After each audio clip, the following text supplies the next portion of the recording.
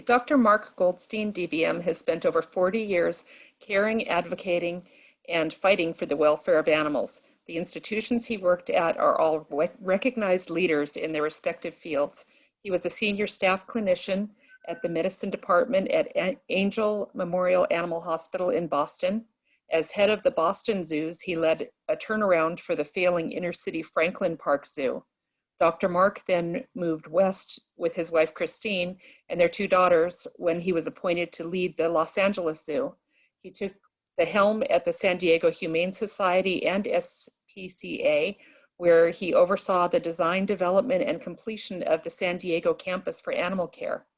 Many aspects of the campus, its programs, and its unique partnership with the municipal care department have been copied numerous times, both nationally and internationally.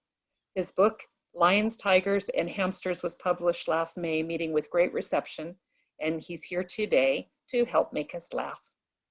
Over to you, Mark. Thank you.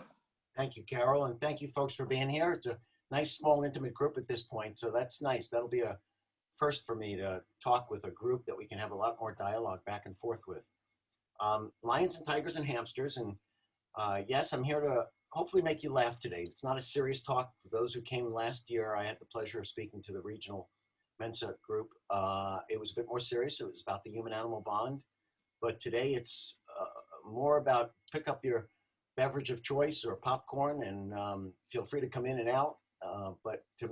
We've got some tough times that most of us are living in right now. And about the most serious, and I mean this sincerely, comment will be now. I wasn't sure who would be on today, but I'll still say this. Prayers in my heart go out to the people affected by the fires, the pandemic, the torrential rains. There's a number of people around our country that are suffering terribly. And I can't do something like this without at least having a piece of my mind and my heart thinking about that. I feel very fortunate to be here today. So yes, it's about lions and tigers and hamsters. Oh my. I am Mark Goldstein, same person that Carol introduced. I like to go by Dr. Mark in a formal sense. Sorry. I am here today to have you laugh and learn. Life's better when you're laughing. And what better than Snoopy to tell us that? So starting with the first slide, ever wonder where baby UPS trucks come from? I'm a veterinarian. I've been stuck in my house for the last 7 or 8 months. I go looking for pictures of wildlife, and this is the best I could do. They were out in front of our house. My wife noticed them first, and it just seemed to look familiar if it were 2 insects or other animals. Dogs will also mate like that, by the way, folks. So what am I looking at? My real audience is these guys. I asked my office mates. This is Harold, this is Eeyore, and obviously we do it safely. And my inspiration for writing the book and my inspiration on a daily basis are my grandchildren. Can't help but put in a plug there. I'll be talking a little bit about this book, From Fearful to Fear-Free, in a second, and that's mine there. So that is my book, Lions and Tigers and Hamsters, What Animals, Large and Small, Taught Me About Life, Love, and Humanity. Interspersed throughout 3 or 4 all true life stories that occurred to me over 40 years are also chapters that ask questions like, why do we have zoos and aquariums? I was president of the Humane Society. I was challenged on that often. What's the future of animal welfare? Should homeless people have pets? There's a number of different questions that I pose throughout the book. Why does veterinary medicine cost what it does today? And I've taken them on and answered them. So just to give you some insight into the book, a little commercial here. It is available on Amazon or Barnes & Noble, internet site. And I'd love if you do read it. I'm going to give you my email at the end of this talk. I'd love to hear your opinion and your thoughts about the book. So let's start with a case that, if you read my book, you'll know this one. This is a primate, and this is a spinal cord. It's not supposed to do this in any species. A meandering river is not a good prognosis necessarily. You can see that all the bones on this side are breaking down if you're used to looking at radiographs or x-rays. And you can see that they don't look normal. They're not perfectly squared off and connected. The patient was suffering some neurologic problems. So here's again the spinal cord before it was fixed. This is what it looks like after it was fixed. And you can see they took out a vertebrae and straightened out the spinal cord, did it with a plate also. And I asked the question, what's the prognosis? I hope it's good, because this primate is me. after an interaction with not this elephant, but a similar one, weighing in at about 12,000 pounds. In my case, the elephant was Danya. It's the first chapter in my book. And again, most of the stories today are not from the book, but I like to start out with this. I had to go out and work in a safari park, and I had to go on an island to pick up a feed pail. I knew the rules, and that was taking Danya by her ear. Again, she's an Asian elephant. You can tell that because they don't have the big floppy ears. Sometimes people think maybe somebody chewed them off, but this is what an Asian ear looks like. Probably the two distinctive outward signs of an Asian versus an African are their ears, and then an Asian has 5 toes and an African has 3. You'll see why that's significant here in a second. But I went on the island to do some work to get the feed pail. I didn't follow the rules. I didn't take her ear and let her walk in front of me, which was disrespectful. And it was my fault. There were 8 elephants. She was the matriarch. I just kind of tapped her on the trunk, said, Danya, I'm here to pick up a feed pail, and walked away. What I didn't see is what happened behind me, and that was this coming right at me. She picked me up in her trunk, threw me about 30 feet, 20 feet in the air. Presumably, that's when I broke my arm, because it was broken at the end of this incident. When I hit the ground, I was pretty bruised up. My kidney was bruised. And you'd think she was done with me at that point. But no, I was still on her island, and I hadn't followed the rules. So she ran over. And the next thing I saw laying on the ground in shock was this. Elephants kill things by taking them and throwing them to the ground, because the only predators they really have other than humans are tigers in Asia and lions in Africa, big cats. They'll throw them to the ground, put their head down, kick up their back feet, and obviously 12,000 pounds will dispatch almost anything. And this is what I saw coming down on me. Now, something in the recesses of my mind, because I was in shock. In fact, I was thinking of my kindergarten teacher, and I explained that all in the book. But something inside of me remembered training. And when you're trained over and over again, that's what's important about training, is I knew to hit her in her eye. If I was going to get her attention, it was going to hit that small area on her face, which I successfully did. And I think it was partially luck. And I guess luck is, being prepared when the opportunity presents itself. And I guess I was. She pulled her head up, giving me enough time to roll off the island. I rolled into a canal of water. Now, you might think it's over then. It was with Danya. She was up there swinging her trunk and basically telling me, don't do this again. But I also was in water with alligators, which go the other way. Thank heavens. If they were crocodiles, I wouldn't have the pleasure of talking to you today. This is truly me. It's an Instamatic camera, so I apologize for the photography, but this is back in the 1970s. And you can see there's my broken arm. This is Danya. I mentioned 5 toes. On my back was actually a footprint where she had kicked me to position me to put her head down. And it actually had 5 toe prints on it. And when I was in and out of consciousness in the hospital, it surprised me that it felt like a lot of people were lifting me up to look at my back. I think even the guy that cleaned the floors, and they had all been told about the elephant boy with a footprint on his back. And my publicist, Kathy Kerr, these days has tried to encourage me to get a tattoo of 5 toes on my back, but I'm not ready to do that. But in any case, if you think I'm comfortable with this, I wasn't. Internally, I was pretty scared at this point. But it's the old adage, if you don't get back on the bike or the horse, you're not going to get on ever. So I just forced myself, and I still, to this day, have a pretty healthy respect for elephants. So in a second, I'm going to play a video here. It's going to be unintelligible what we're saying to each other because it was very hard to embed this from the station that I got it from. But that's not what the video is about. It's only 1 minute. I'm going to ask you to keep your eyes on this little hamster because what I'm going to show you is what the challenges are, especially when you take non-traditional pets in this case, or especially exotic or captive wildlife on a set. You have to be prepared for anything. So let me go back here. Okay, why should people pick up your book? What else can I learn? It's about the human animal bond. It's fun, right? But I do every 4th or 5th chapter, I ask questions like, why do we have zoos and aquariums? Okay. Why does veterinary medicine cost? And again, my apologies. I suspect it's unintelligible on your end. Keep your eye on this guy. And I've been handling them for 40 years. But that doesn't help, folks. And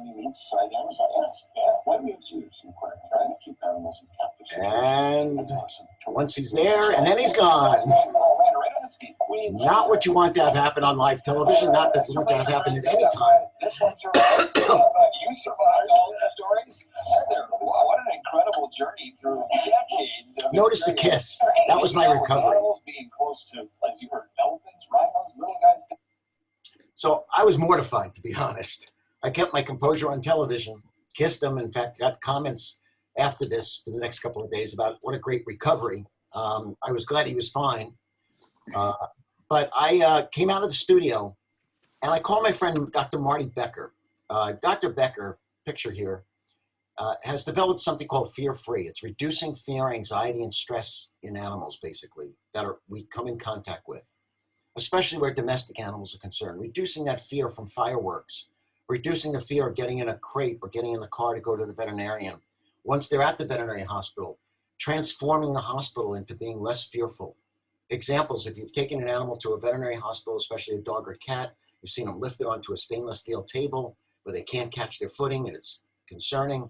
You put a yoga mat on the table and that takes care of that. You use hydrogen peroxide instead of things like alcohol or Clorox to clean the room, because the last two substances like alcohol and chlorine make an animal nose blind, especially dogs and cats.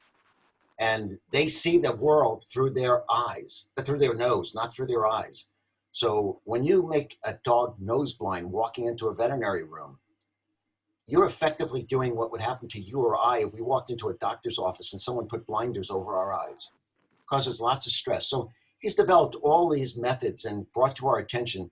There's about 50,000 people that have become certified in fear-free practices. He's also best known for his chicken soup books that you've heard of, Chicken Soup for the Animal Lover and Chicken Soup for the Animal Lover's Soul. So a really compassionate, caring person. So I reached out to him, my mentor, at the same time, a good friend and colleague for 30 years, thinking I would get some support, which he gave me on the phone, asked me to send him the video. And once I sent him the video, he saw the hamster drop to the floor in the recovery. He sent me back a nice note, but his compassion stopped there, because he also said, Mark, the next time you go on television with hamsters, you might want to take the following equipment. And that's the pictures he sent me.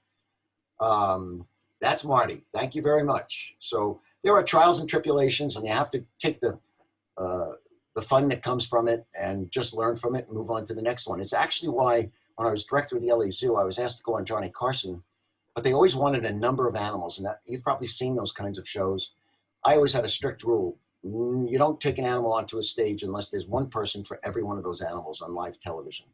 So you don't make a joke out of them, you don't make a comedy out of them, because as much as they're fun and they give us lots of love and unconditional love in our life, when it gets to exotic or captive wildlife, you want people to respect them and not think of them as pets, even though I'll tell you stories in a second like that. But most people really shouldn't have those types of animals because they don't know long-term how to care for them properly, usually, in my experience. Here's an example of what can also happen. This is a dwarf crocodile. They grow about 4 feet. I was doing a stand-up promoting the educational classes at the Franklin Park Zoo in Boston one day, and I was holding one of these guys. They was about 4 feet long. I'm experienced in holding them, but I'm also experienced in knowing when they don't want to be held. So I'm standing in front of a camera. We're about to start filming, and I realized that the little guy, not so little to most people, was getting pretty upset. I was holding him like this gentleman's holding this gharial. This is not a crocodile. You can tell by its snout. This is not me, but this is how I was holding him. And he started getting rambunctious. So the first thing you do is put him down on the ground and let him chill. Well, I put him down on the ground, and he proceeded to walk slowly, but nonetheless very deliberately towards the cameraman. What I wasn't thinking is what the cameraman sees, even though they are fairly docile as long as you respect them, this is what he saw. At which point he somewhat dropped his camera, starts running out the door, and I, in my naivete, says, don't worry, he's not going to hurt your camera. And what I got back in return over his shoulder was, I don't give an F about my camera. I'm out of here, and gone. He returned after I basically told him that we had secured the croc. And, you know, it's a small world we live in, because 3 years later, I've now moved from Boston with my family, as you heard, to the Los Angeles area. I'm now the director of the Los Angeles Zoo. And we're doing a stand-up, advertising a walk, basically, to raise money for the zoo. And I'm standing in front of the camera, not holding an animal. I've been introduced to the team that's there filming it. No unusual occurrences. And when the cameraman picks up his camera and frames me in the picture, he suddenly goes, you you. And he puts his camera down. You're the guy with the crocodile. It was the same cameraman who had also moved to LA. So as my father once told me, be careful with your reputation because it's the only thing you take from place to place. And he already had me pegged. So a bit of education today. This is not a bad picture. This is not a colored picture. This is an orange crocodile. And that's what they really look like. And they live in Gabon. They live in caves. And it was a mystery as to why, because they were a species of dwarf crocodile. They were not a different species, but yet they found these to be orange.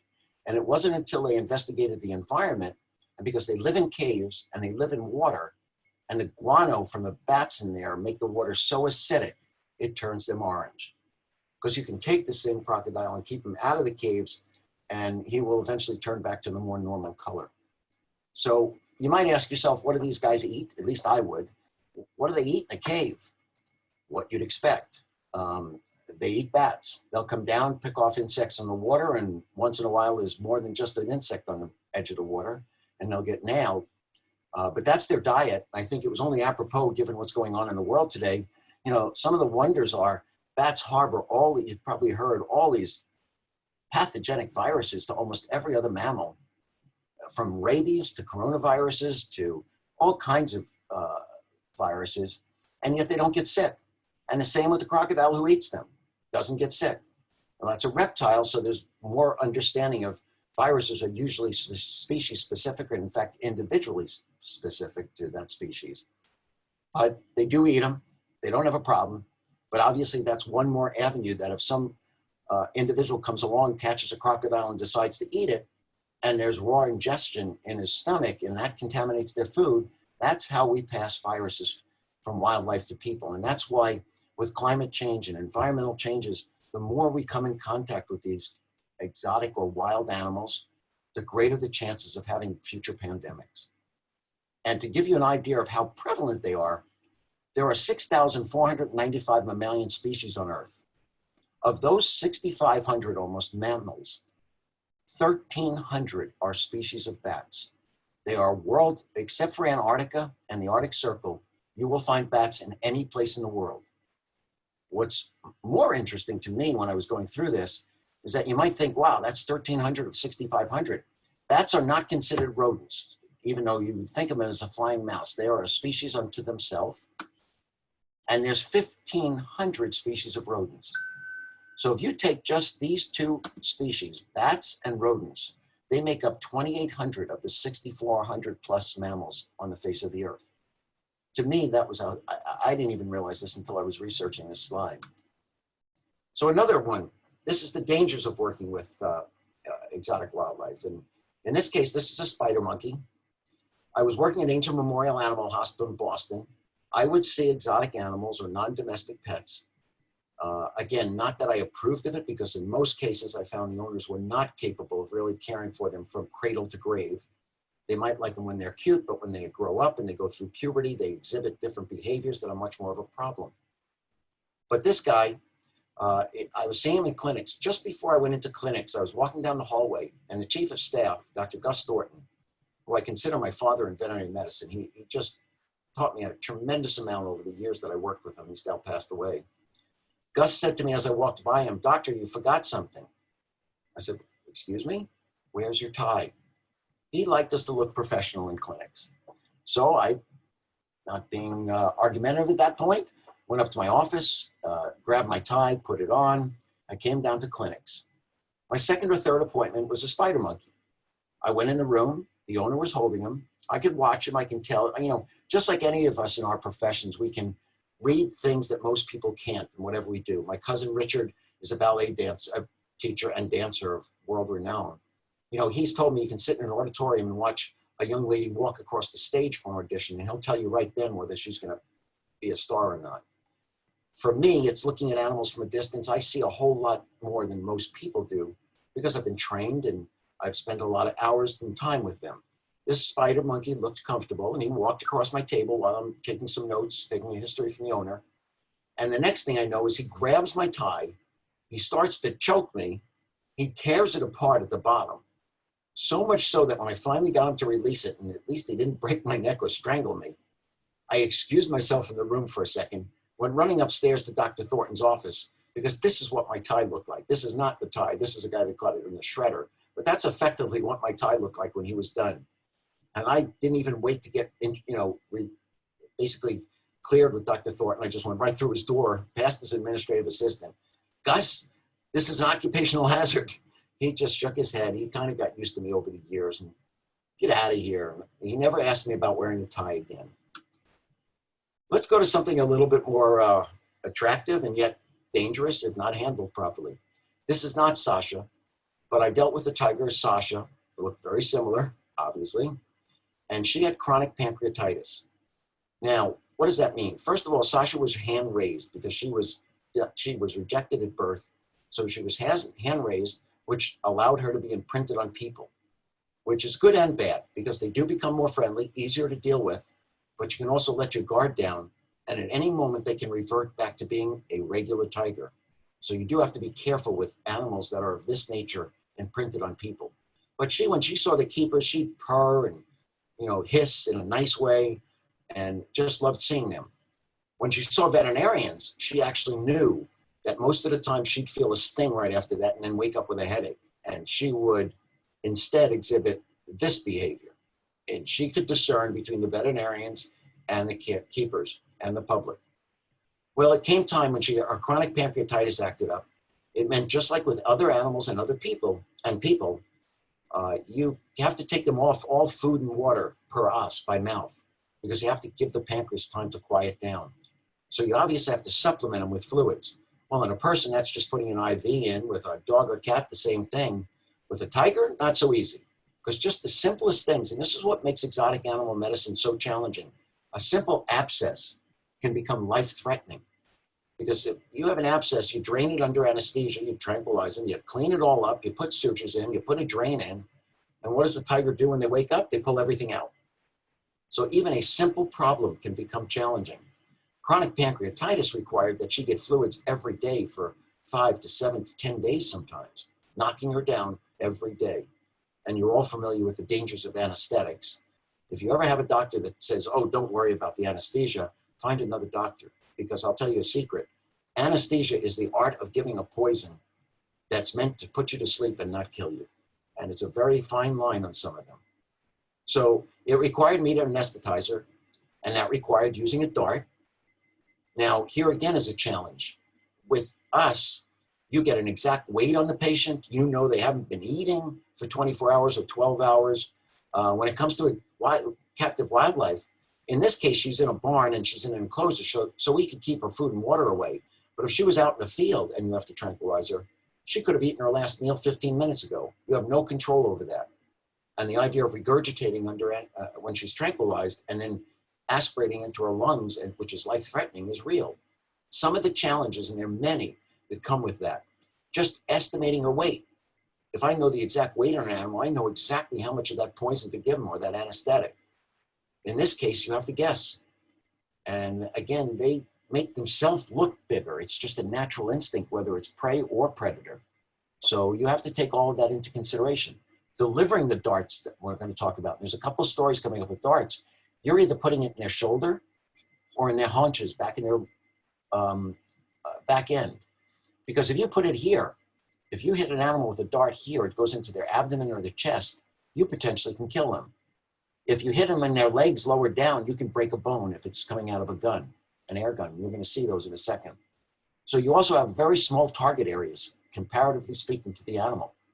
On top of that, when I go to aim for the shoulder, when she hears the hiss of air coming out of the blowpipe that I was going to use, or she hears the gun go off, firing the dart, the first thing to do is take a step forward.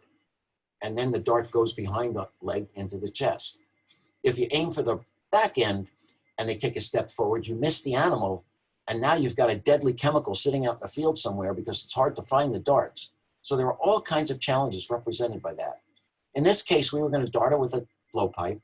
I will tell you, if you're within 30 feet of me, I've got you. Outside 30 feet, no promises, but within 30 feet, I was pretty good.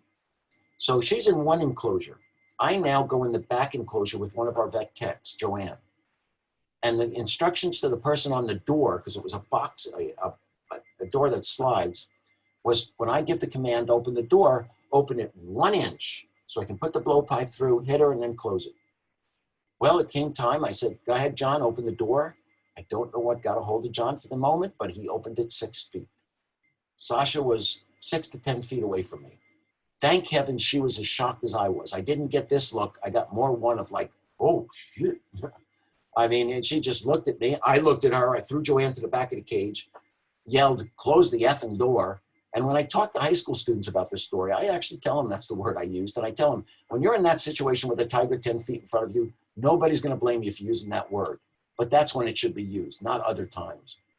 Well, I yelled, close the door. Thank heavens he closed it in time. Because if she had recovered her composure within a couple of seconds, we would have been history. But there's no way we were getting out of there. So he closed the door. We opened it again a few seconds later. Now, talking about fear-free that we just talked about, this is not ideal anymore because now something else has happened. Her epinephrine or norepinephrine, all of those stress chemicals have flooded her body, which makes her a harder anesthetic risk. But we knocked her down successfully. But from then on, when she saw me, she was real angry. So it came time. You might think that, working with captive wildlife should be free of politics. Well, as we know today, nothing's free of politics. We got pressure because people would see Sasha living in her exhibit by herself. Now realize that tigers normally live by themselves in the wild. The only time they really come together with a male is when they want to breed.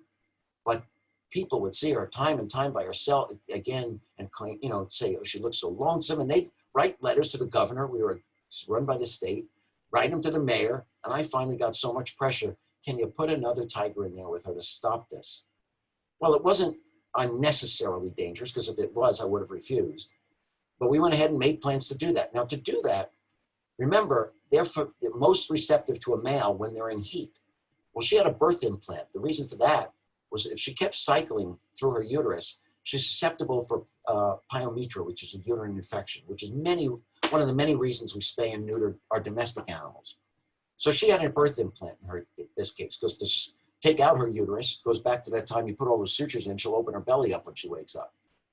So she had a birth implant. We took it out. We let her cycle. I went on rounds one day, and the keepers asked me to check Sasha to see if she was in heat, and then we could introduce Boris. Well, I went into the barn. I was now 25 yards away, a good 75 feet away. And she looked up from a distance, saw me coming, and instead of this posture, which I always got, I got this. She recognized me as another tiger. She was in heat, and she was more receptive to the individuals that she hated. I mean, I don't know how to get into her head to understand it completely. I never thought I'd look like a tiger. But for the next week, I got purring. I got her turning her back ended to me, raising her tail, being receptive. So I was able to tell him, yes, she's in heat. And lo and behold, when she cycled back out of heat 2 weeks later, she saw me from a distance. I got the other look. So let's change gears again. These are Virginia white-tailed deer. I was working at Angell one day, and we got a call that somebody up in Peabody, Massachusetts, a small town north of Boston, had deer on their estate, and they needed me to come up and look at them because they thought they might have some medical problems. So I took the call. I was the person at Angell Memorial that saw all the non-domestic animals other than birds who were seen by some world-famous people there. And I showed up. Now, the first thing that got to my attention was when I drove into the circle where the estate was, there were cameras like every 30 or 40 feet around the property. This is in the 1980s. Today, we wouldn't be surprised by that. But at that time, people didn't have cameras like that. The next thing I noticed was the entire property was basically circled by about an 8-foot-high cement wall. So I walked over to where the entrance was, knocked on the door. Next surprise was I was met by 2 people who looked like the front lines of the Minnesota Vikings, and they had Dobermans with them. This was like something out of a movie. My radar is now going off full time, like this is not your normal wealthy estate. Something's different. Well, they took me over to where the deer were. The first thing that I saw was what I was talking about before. Most people are not set up, even with all the money in the world, to take care of animals properly like this. Most of the time they make the mistakes, usually of loving them too much. In this case, beautiful grass, but no rocks, nothing to wear down their hooves. And lo and behold, their hooves were significantly overgrown. The rest of them looked okay. Their nutrition seemed to be okay. They seemed to be free of parasites and disease, to the effect that I can see their coat, I can see their eyes, I can see their nose. There's a lot, again, I can pick up from a distance, having seen them. So I was able to say, the biggest problem I think I can see at this point, we can do a good physical at the same time, would be to have me come back, knock them down, because again, they were not able to just be held, and do their hooves, basically put them back to normal. And we do all kinds of other things and take some blood and check them for other parasites. They were in agreement. They said, no problem. And I said, you know what, Doc, let's introduce you to our boss. This is the owner of the property I'm about to meet. I asked to use a restroom first. When I went in the restroom, I walked through a kitchen of the house. And what was startling to me was a wall of monitors. You could see every place on the property and outside the property. It just confirmed what I'd seen in the cameras. So I came back out. I'm escorted through a kitchen down into a big pool area. When I say big, I don't know if it was Olympic size, but it was a sizable in-ground pool with a roof over it that you could open up to make an outdoor pool or close to make an indoor pool. Now it's like James Bond stuff. I'm walked down to the pool area and I turn a corner and here's the boss, as they called him, surrounded by some of his friends. And though this is not the characters that I saw, this is what it looked like. He's in the middle. His name's Mr. Caruana, and he's got on both sides of him guys that I would not want to meet in a dark alley or even a lit alley. Hi, Doc. I heard you did a great job today. Thank you for taking a look at him. I know you're going to be back, and he's talking to me. How much do I owe you? I told him what it was. He pulls out a roll of bills and pulls off a couple of $100 bills, hands it to me, and tells me he looks forward to me coming back. Now I'm sort of putting the story together, what's going on here. And I sort of put it in the recesses of my mind because as a veterinarian, my job is to take care of the animals. So I plan to come back. And this time I asked Chris, who's actually on this here today, and I said, you got to come with me. I need a witness to this. Besides, I don't know, I was thinking she'd defend me. Who knows? But I knew to be careful.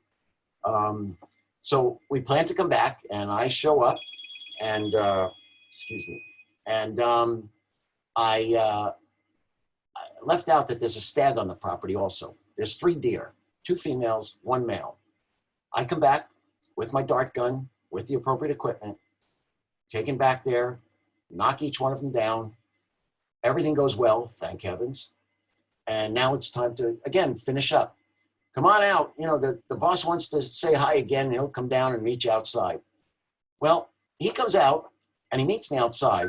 And to my surprise, again, the same group, but this is the dart gun that I was using to knock them down.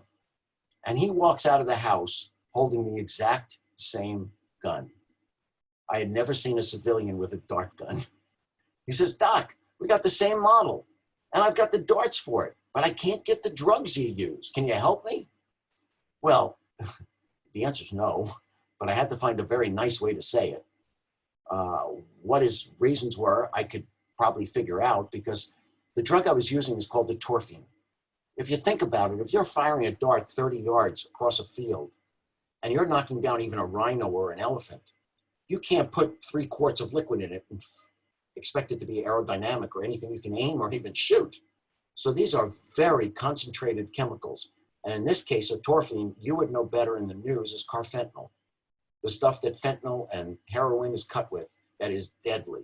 And it is truly deadly. A drop of a torphine got on a veterinarian's cuticle on his finger in Canada, and he died. Stopped breathing almost instantly. And this was before they had naloxone and all the other substances. We had M5050, diphenorphine, which would reverse it, but it wasn't, if it's not pulled up, it's too late. So it is very dangerous. Now, why would a person like this want to use it? I mean, if he really wants to be very nefarious, you could kill someone and with very little chemical. But let's put it in a little bit more of a normal sense, and I don't think this is normal. And that's if you pull it up in a syringe and empty the syringe back into the bottle, the amount of liquid left in the hub of the needle is enough to take all the pain away from a horse that's going into a race. So you can fix a race, and it is, especially back in the 80s, you could not detect that in your blood. Think of a 1,000-pound horse, and you're putting in less than a drop, and that would be pretty effective. So I had to explain to him that no, it wasn't possible. Everything's measured. My license is on the line. So no, I'm sorry, I can't help. As I'm backpedaling out of there, because I'm not sure how he's used to getting the no answer. Well, I was hoping that that was it. Maybe I'd come back in, 2 or 3 years, or maybe I'd be retired at that point, because I wasn't sure I really wanted to help too much here. But lo and behold, about 6 months later, I get one more call. This time it's because one of the does has died. And the doe has apparently got a big hole in its side. I asked what was going on. I took a history and found out that the male, the stag, had been trying to breed both of them.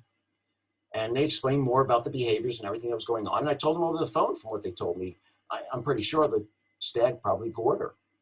And they said, the boss wants to be sure. You got to come up and do an autopsy. Well, first of all, it's not an autopsy. This is for Dr. Lederer's sake. It's a necropsy, because autopsy is on oneself. Necropsy is on others. So it's a necropsy. And I explained it's going to be very expensive, because once you do a necropsy, I was brought up in medicine to do it right. You don't take halfway measures unless there's some life-threatening or life-impairing decision for that. And in this case, a complete necropsy means you take tissues for histology. It's an expensive proposition. But they wanted to be sure. So I came up, did a complete necropsy. I could tell after the first 15 minutes what the probable cause of death was, but I still want to be sure. So I took all the tissues. I said, I'll get back to you. But I told them right then, I'm 99.9% sure that the doe was gored by the stag. At which point they said to me, too bad, the stag's dead then. Nobody screws with the boss's deer. And they took their creed all the way down to animals in their possession. And for all I know, that male didn't live another day. But I didn't want to ask. And as long as it was done humanely, I had no business asking. If it's done inhumanely, then we have a problem.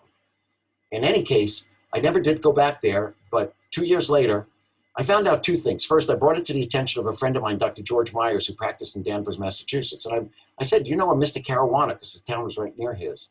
He says, Mark, have you read the Boston Globe? And I start looking at articles, and he was a presumed hitman at a very high level for the mafia. And 2 years later, he was found dead in the trunk of a car because he was involved in a $1 billion laundering suit. So not the things you expect to find. Sorry, my watch keeps going off here. So let's change gears again. Now we're talking about a walking tank. This is a white rhino. The story in my book is about Gus. This is not Gus, but Gus was as big as this, weighing in at just under 6,000 pounds, 3 tons. They are walking tanks. 2 weeks before the story I'm about to tell you, Gus pushed a truck into the lake sideways, telling you how powerful they are. Well, the day came for us to do his annual physical exam. Now, again, like the other animals, you don't walk up to Gus and just say, hey, can I have a vein? You knock him down. You use a dart, this time out of the gun that you just saw that I used with the deer, not a blowpipe, because his armor is about 3 inches thick in places, and especially where you want to hit him. And again, the target range is right here, if you think you can get him without him moving, taking a step forward, or right there. So they're called white rhinos, by the way, not because they're white. They have a wide mouth, just like you see here, as opposed to the black rhino, which I don't have a picture of, but if you look at one, they have a prehensile lip, much better for grasping grass and everything, but it's pointed. So in Dutch, wide comes out as white, pronounced that way, and I'm sure Simone is going to have a problem with my pronunciation, but I'm trying my best. But that's how white rhinos came about. And if you ever have someone say, but they're not white, it has nothing to do. It has to do with their wide mouth. Well, these are the darts that we used. And this will give you an idea. This will be 3 inches long on something you're going to put into a rhino with a barb on it, because it has to go in and stay in long enough for the chemical, the tranquilizing chemical, to go through into their body. So it looks like this, but a little longer for a rhino. Looking at the insides, these are ones that you'd use in a blowpipe. You basically put the chemical tranquilization in here. You then, in this chamber, in the blow darts, you use compressed air. You put it in this way, and it compresses this, pushing down on this plunger, and there's a cap over the hole. When the dart enters the animal, the cap is pushed off, pushing the chemical in, just gave away part of it, pushing the chemical in so that the animal is then tranquilized. Well, when it's done, this shakes. when you shake it, it makes noise. My job, we piled out of the Jeep. We hit Gus with a dart. He did a dance that you'd expect with this atorphine or carfentanil drug. And then he laid down. So we assumed he was under. And that was probably not a good assumption, because we got out of the Jeep. Two of the rangers are measuring his horn, measuring his ears, doing all kinds of measurements on him, while Doc Cannon takes blood from him. My job was to take his temperature with a thermometer in the back end and pull the dart out and retrieve it. I put the glass thermometer in, I pull the dart out, and I shake it, which was normal and customary. I knew right away, in fact, something wasn't right because the dart weighed more than I expected. When I shook it, there was no rattling. And I knew the dart had not fired. Gus was sitting there because he wanted to. I stifled the need to yell and said, Doc, dart didn't fire. The Rangers heard me, he heard me. We knew the consequences of that. So I pulled the thermometer out. As I took the thermometer out of his back end, he opened his eyes. I jokingly say in the book that I've tried to do a study and get someone to volunteer to put a glass rod in the back end of a rhino and see if he lays down, and then if you pull it out, does he wake up? I haven't gotten anybody ready to volunteer for it. But I pulled the glass rod out, the thermometer, his eye opened. We ran for the truck because what we didn't want was to look like this guy. They can outrun you. In a quarter of a mile to a half a mile, if a rhino's going after you, give it up. Actually, the best thing to do, if you've heard this, and it's true, is to stand still, because their brain is not the biggest one on the block. And just before they get to you, you step aside. You know, that's great advice. I don't know many people that can turn and face a 6,000-pound animal with armor and a horn on the front of them and very calmly stand there and wait, just jump aside. But in any case, that's what you're supposed to do. We were lucky enough to get back in the Jeep.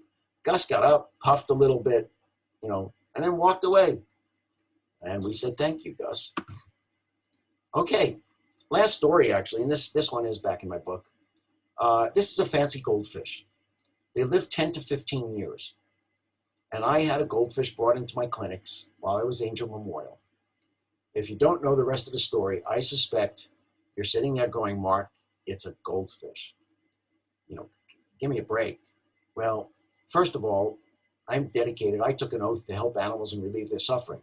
There was nothing in there that said insects don't count, fish don't count. And I've had millipedes that I've been asked for a consult on, and stick insects, and you name it.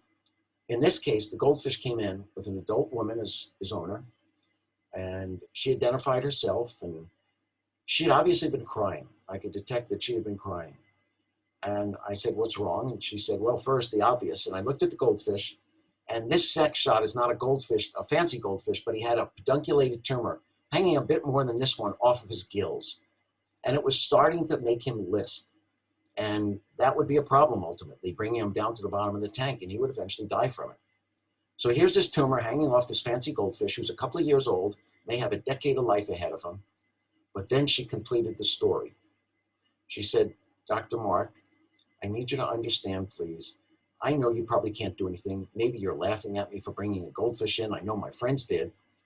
But my son's autistic.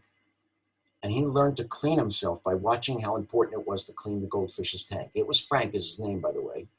He learned to clean himself by cleaning Frank's tank with me. He learned to feed himself by knowing how important it was to feed Frank. He learned to worry about, he learned to count by watching the goldfish go around the tank. And he would, when he went into a manic state, he would go and sit in front of the goldfish tank for hours. So it wasn't a matter of flush that one down the toilet unceremoniously, which is not right, by the way. It's disrespectful, and it's not the best way to dispatch one. But in any case, that's what most people would have said don't do. But if you replaced him, he would know right away because he knew every part of this goldfish. Most importantly, the last thing he said to his mom when she was taking him to the veterinarian, and she told him that she was, Mommy, what did I do wrong? At which point, when she told me, she had me hook, line, and sinker, excuse the pun. And I went back to the hospital and got two surgeons, not one, to come into the room and, advise them what we could do. And on the way, I told them the story. They were as dedicated to this as I was, because we weren't just treating a goldfish. What veterinary medicine is about, yes, its most important role is to relieve suffering on animals and keep them as healthy as long as is reasonable. but we're also treating the people attached to them. Keepers who have raised these animals for, through their whole career. People that have had these animals in their house for 10 or 15 or 20 years, or in the case of parrots, for instance, 40 or 50 years. And we see animals from cradle to grave, which does cause stress for us as professionals, because we get to know the families and we get to know the animals. But I know full well that my profession was not there just to treat animals. It was to treat people and to look out for their interests also and their well-being. This was a poster case. So we took the history again, and we told her, give us a couple of weeks, we'll come back with a game plan. I talked to the curators at the New England Aquarium. There was a drug at that point that was experimental for anesthetizing called MS-222, but it was experimental. We weren't sure about how toxic it was. So we effectively went with the try and prove it method that had been used for decades actually with goldfish. And that was bromoseltzer, which is hard to find these days, but it's carbon dioxide, and it's an anesthetic. And just like in people, and I said before, again, it's an anesthetic in small amounts, it's deadly in large amounts. And we put bromoseltzer in the water. Fish starts to go belly up. One of the surgeons took him out, held him in his hand. I should have said fished him out, but I've given enough puns today. Anyway, held him in his hand. I flushed his gills with water and the bromoseltzer dilution so he could get oxygen and still stay anesthetized. And the other surgeon took off the pedunculated tumor. But thinking about it, it was harder than with a mammal, for instance, because he had to be meticulous. He didn't have the benefit of cautery powder, which would get in the gills. He couldn't use electric cautery because it was a wet environment. So he had to minimize the amount of bleeding, especially in such a small animal. And he did it meticulously. We took the tumor off. We sent it into for pathology. And a couple of days later, it came back benign, thank heavens. And I called the owner at that point and let him know the good news. I actually checked back with him 6 months later. The fish was still doing fine. Frank was living well. And I realized that we had done a successful job, and we had done one that was important to both the fish and the family. And for all I know, he went on to live a normal life at that point. So before I take questions, a big thank you to Simone Egwin for starting the ball rolling on this. I really appreciate her confidence in me. Carol Lane for setting it up, and the San Diego Mensa chapter. I know we've got a small group of people here, but it's wonderful to talk to folks about this and for the opportunity to share some time with you. Thank you for listening. I hope you enjoyed yourself. This is my email. I learned this from Dr. Lederer. Please, if you have any questions, if you have a friend that has questions, that's my email. Write to me. I answer all comers. I think I just stole your line, Rich.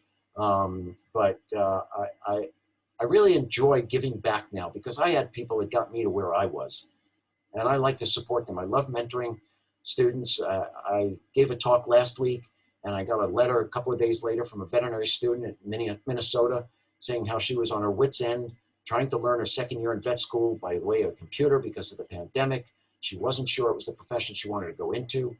We had talked, and I can answer some questions if you have, but right now, 65% of veterinarians, if contacted by a high school student, I want to be a veterinarian, will talk them out of it because of all the pressures and stresses that occur in veterinary medicine. She said she was at her wit's end because she was having people talk her out of it. And she found my talk to be inspiring, to talk honestly, because they asked questions. These were veterinarians and veterinary students and vet techs. And I answered honestly. Personally, if I could do it all over again, I'd do it on a bed. It's the greatest career, at least for me. But I like to advise students and veterinarians on the difficulties. Every career has them. Who has questions for my answers? Well, I've got one. I believe Sherry has a question Oh, for you. I think it was answered in the chat. I hadn't quite heard whether you said the goldfish was underwater or what when you were doing the surgery, but it was answered, but thank you. Sure. By the way, just a little typo in your email address. It doesn't have the C for the .com, just for future. Oh, you're right. Okay, sorry about that. But that was a fabulous talk. I really enjoyed it a lot. Thank you. I appreciate that. We probably were, most of us, assuming that you were on some kind of a meditative website, .om. Oh, thanks, Bob. I had a question about our current pandemic panic. I know that COVID-19 is capable of being picked up by felines, including tigers.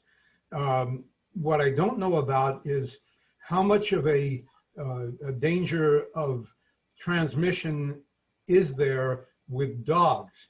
If a dog is living in a household that has COVID, can that dog transmit the virus to somebody not in the household? First of all, thank you for the question. And I do remember you, I believe, from last year. You asked good questions. Let me attack this from so many different ways.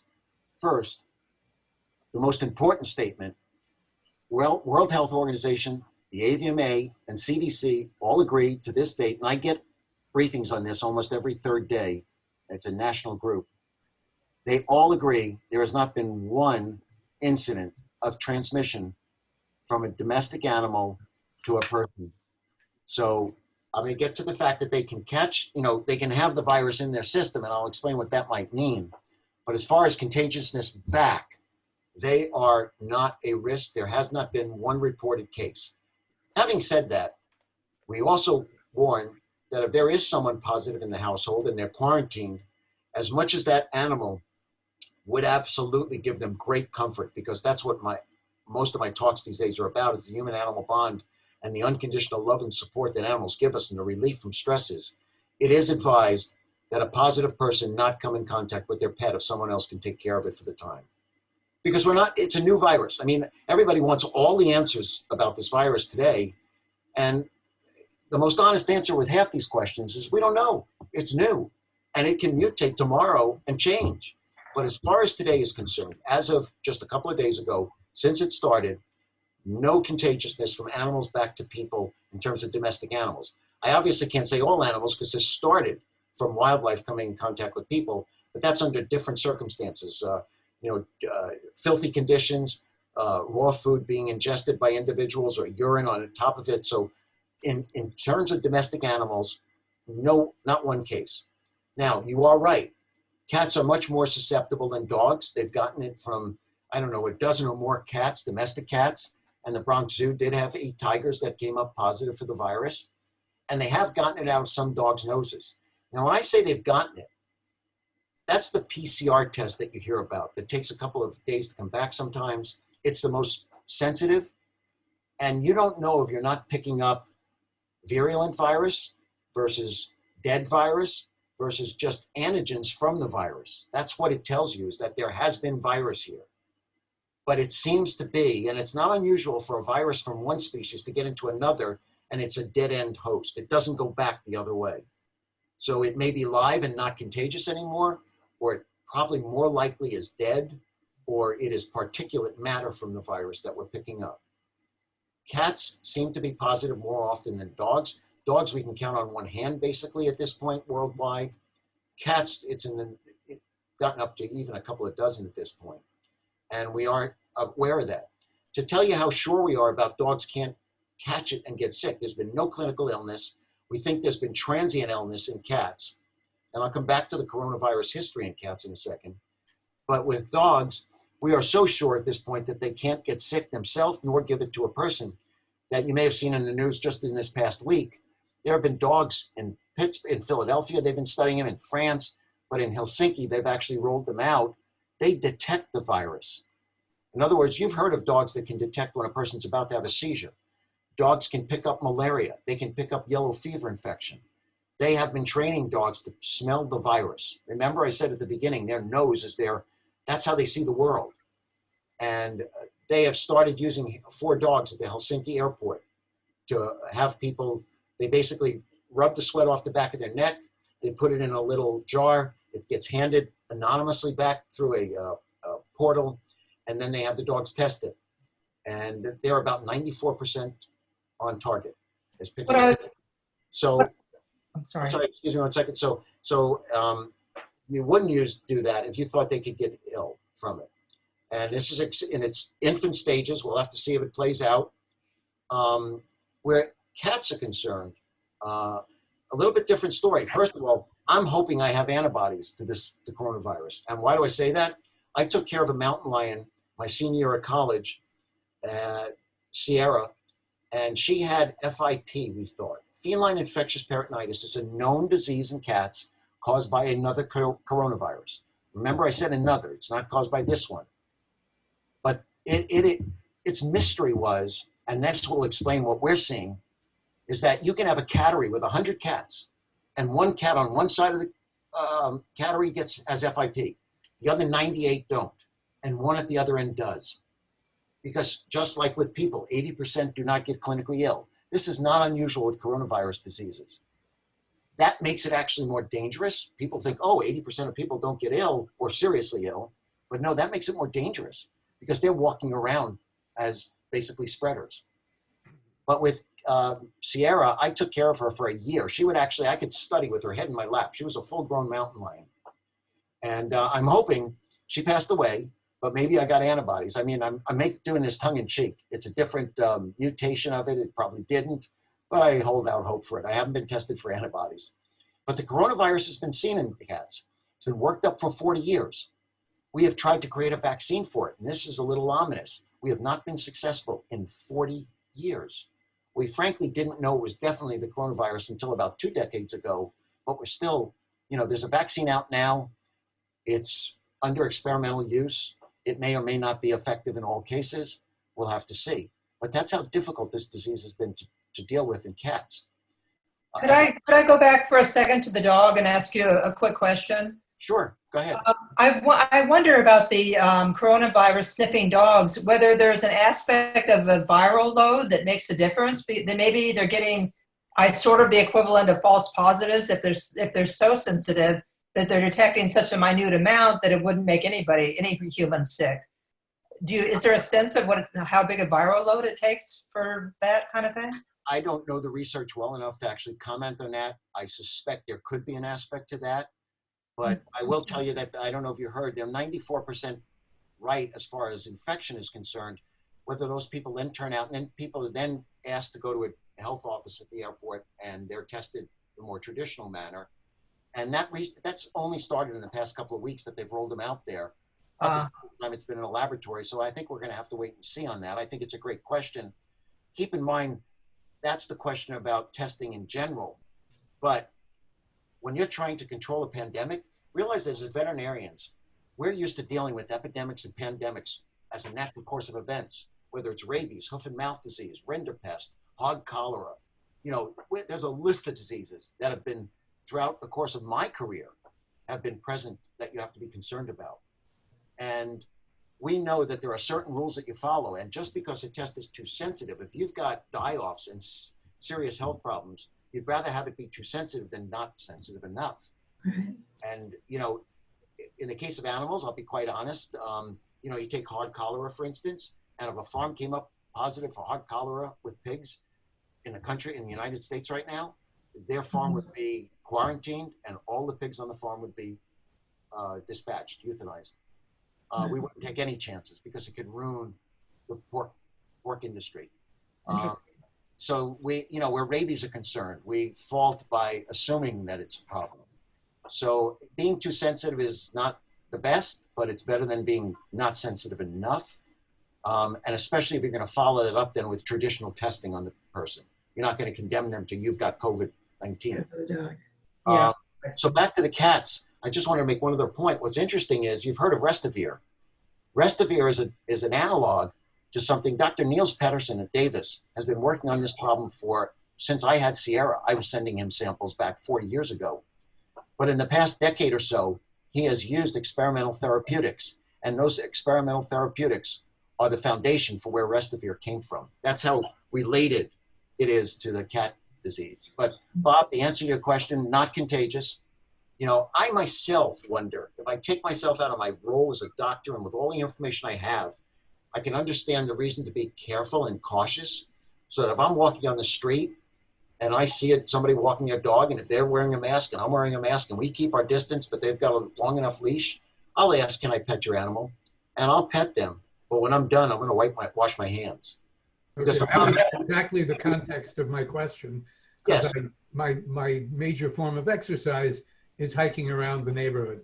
and Rich is nodding because he lives across the street from me. There's some very good walking to be done and a lot of people out with their dogs. And it's Well, true. I'm sorry, I, Rich, have done some studies about this. And what Mark is saying about dogs was ultimately proved by the World Health Organization. And after that, people felt fine with taking their dogs out, letting their dogs run around. And so somebody wrote a song about it called "Who Let the Dogs Out?" Oh God, that's I heard that one. Hey, we're trying to be funny here, folks. Let's get a little lightness. It was I actually, I don't let anyone pet my dog, but it's kind of, it gives me the heebie-jeebies these days, and it doesn't hurt not to allow them, and I don't pet their dogs either. And it's partially the coronavirus, partially just I don't want to take my dog to the vet if he gets some other illness. So, you know, to me, it's better safe than sorry. He doesn't have to be petted by other people, frankly. I can't disagree with that. I don't think we want to be so careful, folks. I'm going to take a bit of a different point here. Well, on the other hand, I don't wear a mask when I'm walking my dog either, because I stay way more than 6 feet from everybody, and I don't wear a mask outside if I'm far away from people. So I'm not, you know, I agree that you have to live your life in the way that you best feel free to do so, you know?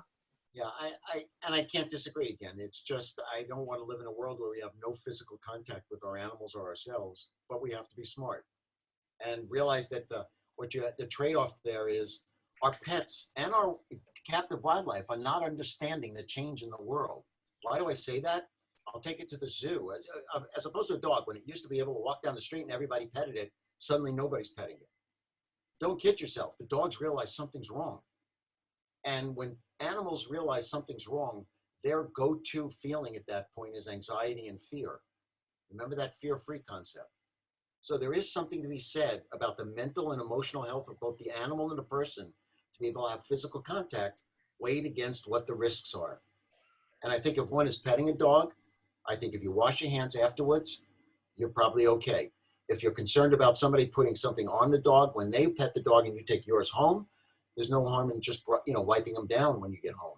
But I have to tell you, theory is one thing, fact is another, and I haven't heard of any cases of increased susceptibility, you know, of other diseases by just petting a dog that's a friendly dog and a friendly person and approaches them properly.